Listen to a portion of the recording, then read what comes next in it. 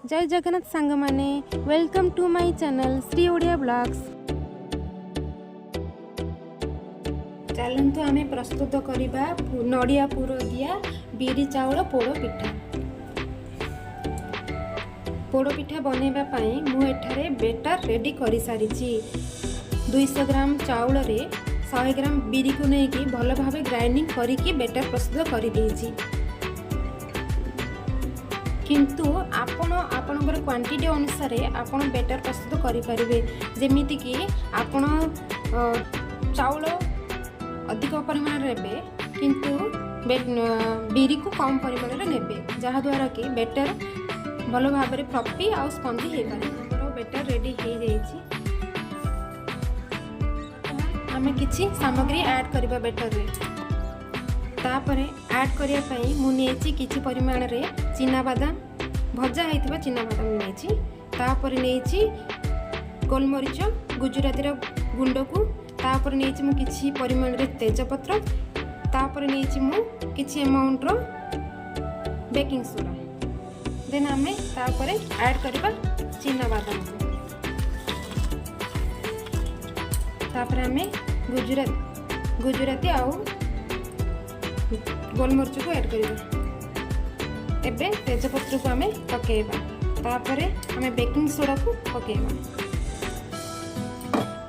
तापरे आमे स्वाद अनुसार लूण पकेइबा।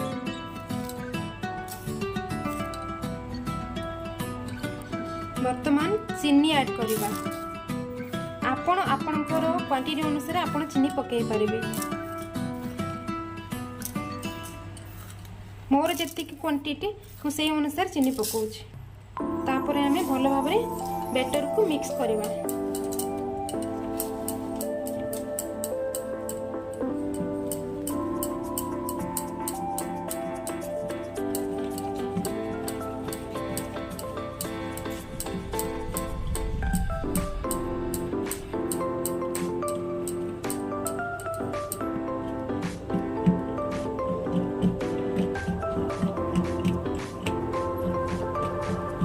बेटर को हमें किसी समय पर्यंत घोड़े की रखिबा।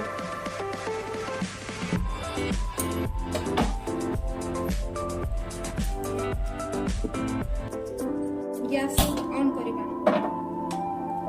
तापरे कढ़ई बसैबा। कढ़ई गरम हो सारा परे हमें तेल तेल गरम हो सारा परे हमें बेटर को ढालिबा।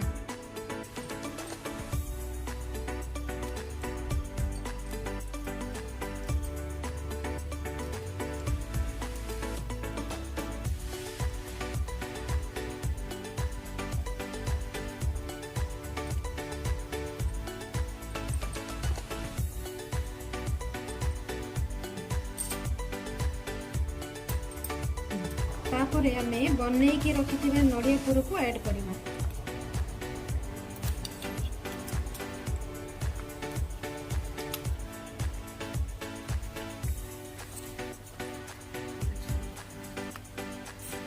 नड़िया पुर को पकई सारला परे आमे सेकेंड लेयर बेटर को पकेइबा।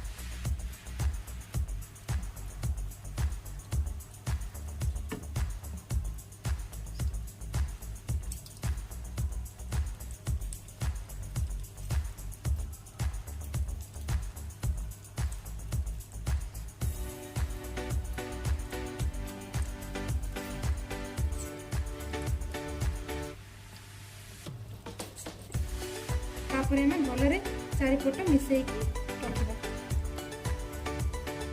तापरे हमें लो फ्लेम रे 10 मिनिट घोड़े की छाड़ेलो ऐड कर देबा। जहा फल कि सेटा भल से पोड़ी हेबो ना। वर्तमान हमें ताकू उल्टेइबा। 10 मिनिट पर्यंत घोड़े की रखिबा। भल भाबे सिझिबा। पिठा सिझिछि कि नै? हां हमरो सिझि जाइछि पोड़ पिठा। तापरे आमे पोड़ पिठा को गोटे प्लेट रे काढी नबा।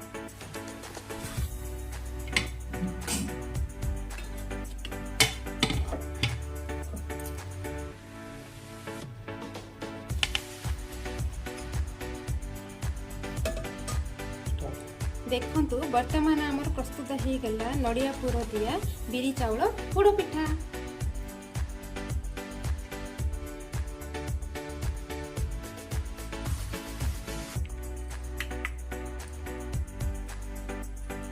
देखंतु केते बढ़िया भाव में आमर नड़िया पुर दिया पोड़ पिठा प्रस्तुत हो। देखंतु बढ़िया सुंदर फ्लफी एंड क्रिस्पी है। आपण चाहिए भी एभली भाव में पोड़ पिठा बनईकि आपणकर परिवार सहित एंजॉय करके खाई पारिबे। आपनको जदि मोर ए वीडियो भल लगुची ताहले आपण लाइक शेयर एंड सब्सक्राइब करने पे जमार भूलिबेनी, जहाँ फल कि मु एमिति भाव में नुआ नुआ वीडियो आनी पारिबे। जय जगन्नाथ।